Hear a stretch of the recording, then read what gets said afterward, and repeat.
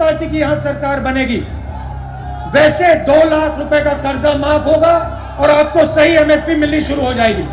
15,000 रुपए प्रति एकड़ डायरेक्ट बेनिफिट हम किसानों को देने जा रहे हैं। यह सिर्फ एक डिक्लेरेशन नहीं है, यह किसानों के लिए कांग्रेस पार्टी की गारंटी है। यह खोखले शब्द नहीं है। पैडी को हम 2,500 रुपए में खरीदेंगे। పండించిన వరి పంటకి కనీస మద్దతు ధర అదనంగా బోనస్ ప్రకటించి 2,500 రూపాయల వరకు క్వింటల్ కి వరి ధాన్య కొనుగోలు చేస్తాం। కాంగ్రెస్ పార్టీ అధికారంలోకి వచ్చిన తక్షణమే రైతులకు ఏకకాలంలో 2 లక్షల రుణమాఫీ చేస్తాం। రెండవ డిక్లరేషన్ ఇందిరమ్మ రైతు భరోసా పథకం తెచ్చి భూమి కలిగిన రైతులకు కౌలు రైతులకు ప్రతి ఎకరాకు ఏడాదికి 15,000 రూపాయల పెట్టుబడి సాయం అందిస్తాం। ఉపాధి హామీలో నమోదు చేసుకున్న భూమి లేని రైతు కూలీలకు ప్రతి ఏడాది 12,000 రూపాయల ఆర్థిక సహాయాన్ని అందిస్తాం। రైతులు పండించిన పంటలకు ఉదాహరణ వరి, పత్తి, మిర్చి, చెరుకు, పసుపు ఇలా అన్ని పంటలకు మెరుగైన గిట్టుబాటు ధర ఇచ్చి చివరి గింజ వరకు కాంగ్రెస్ పార్టీ కొనుగోలు చేస్తుంది।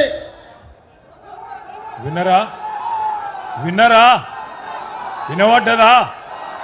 సరిగ్గా 4 ఏళ్ల కిందట మీరు జర లొల్లిబెడ కొడతాం తమ్ముడు, ప్లీజ్ ప్లీజ్ ప్లీజ్ ప్లీజ్ మీరు అట్లా గొడవ చేయకుండా అందరినీ డిస్టర్బ్ చేస్తారు। మీరు దయచేసి ప్లీజ్ కూర్చోండి, దయచేసి కూర్చోండి ప్లీజ్।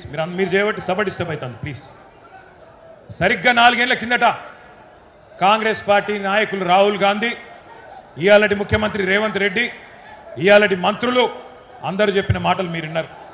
అవి వింటుంటే నాకు ఎట్లా అనిపిస్తుందంటే 1000 ఎలుకలు తిన్న పిల్లి కాశీకి పోయినట్టు, 100 గొడ్లను తిన్న రాబందు గోపూజ చేసినట్టు వరంగల్ రైతు డిక్లరేషన్ అని చెప్పి ఒక పత్రాన్ని విడుదల చేసినారు।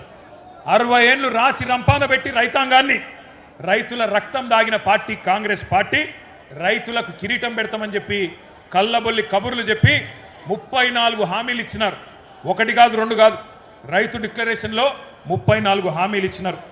డిక్లరేషన్లు పట్టుకున్నారు, గ్యారంటీ కార్డులు పట్టుకున్నారు, బాండ్ పేపర్లు రాసినారు, గడప గడపకు పోయినారు, మరి తీయటి పుల్లటి మాటలు చెప్పి ఓట్లయితే దుబ్బిండ్రు। వీళ్ళకు ప్రజలకు కూడా మన రైతులకు కూడా వీళ్ళ జాతకాలు తెలుసు, వీళ్ళ గోత్రాలు తెలుసు, వీళ్ళ పుట్టుపూర్వోత్తరాలు అన్నీ తెలుసు తెలంగాణకు। కానీ ఎందుకో మరి నమ్మి ఎన్నికల్లో ఓటైతే వేసింది। మరి ఇలా ఏమైంది పరిస్థితి?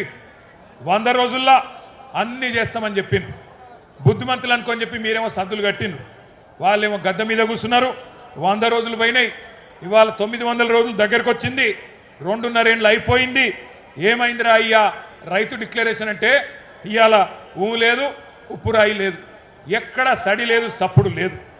ఎన్నికలకు ముందేమో వరాల వాన కురిపించిండ్రు, ఇవాళ మాత్రం దున్నపోతు మీద వాన పడ్డట్టే మాట్లాడిన ఒక్క మాట లేదు। ఒక్కటంటే ఒక్కటి వాళ్ళు ఇచ్చిన హామీ 34 హామీలు ఇస్తే డిక్లరేషన్లో ఒక్కటంటే ఒక్కటి కూడా అమలు కాలే। అయిందా కాదా మీరే చెప్పాలని చెప్పి నేను కోరుతా ఉన్నా। ఎకరానికి రాహుల్ గాంధీ చెప్పినట్టు ఎకరానికి 15,000 రూపాయలు వస్తున్నాయా?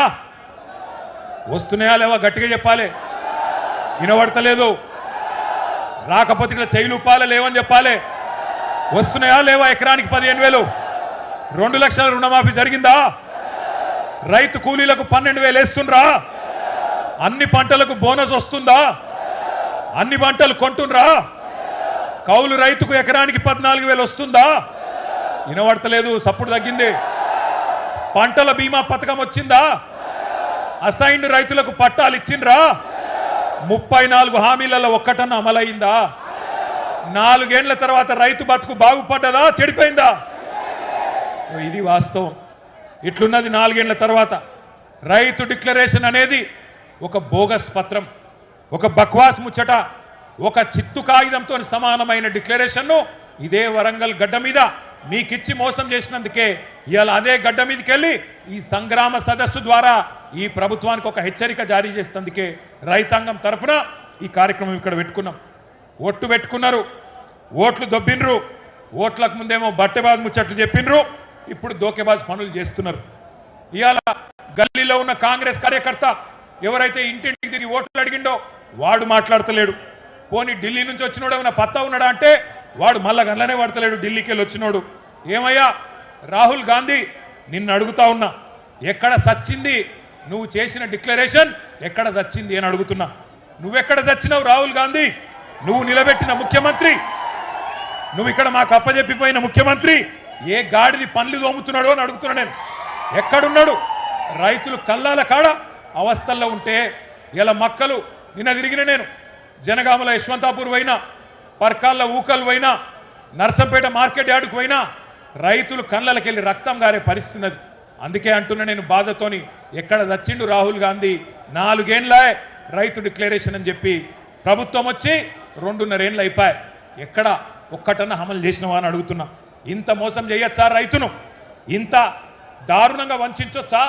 అన్నం తినే కంచంలో ఈరోజు మన్ను పోయొచ్చా అని నేను అడుగుతున్నా. దుక్కి దున్నుకునే రైతన్నను ఇంత ఘోరంగా మోసం చేస్తారా? సిగ్గనిపిస్తలేదా కాంగ్రెస్ నాయకులారా? నానా గడ్డి తింటారా ఓట్ల కోసం? ఇలా మనం ఇక్కడ ప్రోగ్రాం పెట్టుకుంటే, ఇంతకుముందు రాజేశ్వర రెడ్డి గారు చెప్పినట్టు మనం ఇక్కడ రైతు సంగ్రామ సదస్సు అని పెట్టుకుంటే వాళ్ళు అక్కడ మెగా రైతు మేళ అనట. అది మెగా రైతు మేళ కాదు, దగా రైతు మేళ. రైతులను దగా చేసిన దౌర్భాగ్యుల మేళ అది. అంతే తప్ప అక్కడ నిజమైన రైతు ఒక్కడు కూడా లేడు. కొంతమంది కాంగ్రెస్ కార్యకర్తలను పోగేసుకొని వాళ్ళతో సపట్లు కొట్టించుకొని వాళ్ళు రైతులంతా సంతోషంగా ఉన్నారని చెప్పి మీరు సన్నాయి నొక్కులు నొక్కితే ఎవడు నమ్ముతాడు మిమ్మల్ని? నేను అడుగుతా ఉన్నా. ఇన్ని వేల మంది మా రైతన్నలు అడుగుతున్నారు, ఎక్కడున్నాడు రాహుల్ గాంధీ? ఎక్కడున్నది నీ డిక్లరేషన్? ఎక్కడ పోయినాయి నువ్వు చెప్పిన మాటలను అడుగుతున్నారు. ఒక మాట దయచేసి నేను అంటా ఉన్నా, బాధ అనిపిస్తుంది ఇట్లా మాట్లాడాలంటే అప్పుడప్పుడు.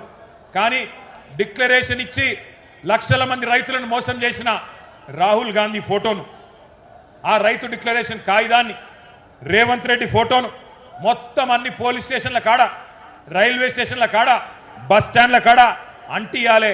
అంటించి కింద రాయాలి, దొంగలున్నారు జాగ్రత్త, ఓట్లను ఎత్తపోయే దొంగన కొడుకులున్నారు జాగ్రత్త అని రాయాలి. గంత దొంగలు వీళ్ళు. ఆలోచన చేయండి. ఒక్క హామీ అమలు చేయడా 2.5 ఏళ్లలో? ఇంత అన్యాయం ఉంటుందా? కాంగ్రెస్ వాళ్ళ మేనిఫెస్టో, వాళ్ళ గ్యారంటీలు, 420 హామీలు, వాళ్ళ అభయ హస్తం దేశ చరిత్రలో కాదు ప్రపంచ చరిత్రలోనే అతిపెద్ద మోసం అని చెప్పక తప్పదు. మనం వింటుంటాం, పేపర్లలో టీవీలలో చూస్తుంటాం, వాడెవడో చెడ్డీ గ్యాంగ్ వచ్చిండు, వీడెవడో రైస్ పుల్లింగ్ గ్యాంగ్ను వచ్చిండని. ఆ గ్యాంగుల కంటే డేంజరు ఈ కాంగ్రెస్ గ్యాంగు అనే మాట నేను మీకు విజ్ఞప్తి చేస్తున్నా. కరోనా కంటే డేంజరు కాంగ్రెస్ అనే మాట ఇలా రైతులు మాట్లాడుతున్నారు. ఒక్కసారి యాద్ చేసుకోండి, ఎంత బాగుండే కేసీఆర్ గారి నాయకత్వంలో రైతు బతుకు, ఎంత చక్కగుండే మొన్నటిదాకా రైతు పరిస్థితి. పునాస యాసంగి 2 పంటలు 2 సీజన్. రైతు ఖాతాల్లో మీరు దండం పెట్టే అవసరం లేదు, దఫ్తర్లు తిరిగే అవసరం లేదు, ధర్నాలు చేసే అవసరం లేదు. నాటేసే టైం వచ్చిందంటే టింగు టింగు టింగు టింగు అనుకుంటా ఫోన్లు మోగుతుండేనా? మోగుతుండేనా?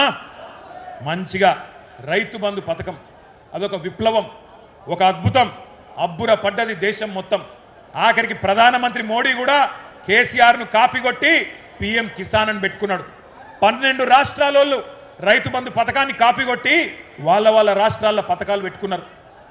ఐక్యరాజ్య సమితి, యునైటెడ్ నేషన్స్ వాళ్ళు కూడా రైతు బంధు పథకాన్ని మెచ్చుకొని ప్రపంచంలో ఎక్కడ లేదు అని కేసీఆర్ గారికి కితాబిచ్చిన అద్భుతమైన పథకం కేసీఆర్ మానస పుత్రిక రైతు బంధు. ఎవరన్నా కలగన్నరా? ఎవరన్నా ఊహించినరా ఎకరానికి 10,000 రైతు ఖాతాల్లో పడతాయని?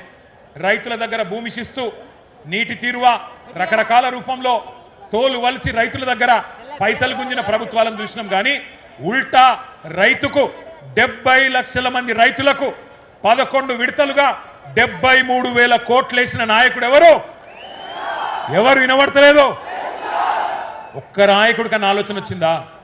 75 ఏళ్ల స్వతంత్ర భారతదేశంలో ప్రధానమంత్రులు చాలా మంది వచ్చిండ్రు, ముఖ్యమంత్రులు చాలా మంది వచ్చిండ్రు.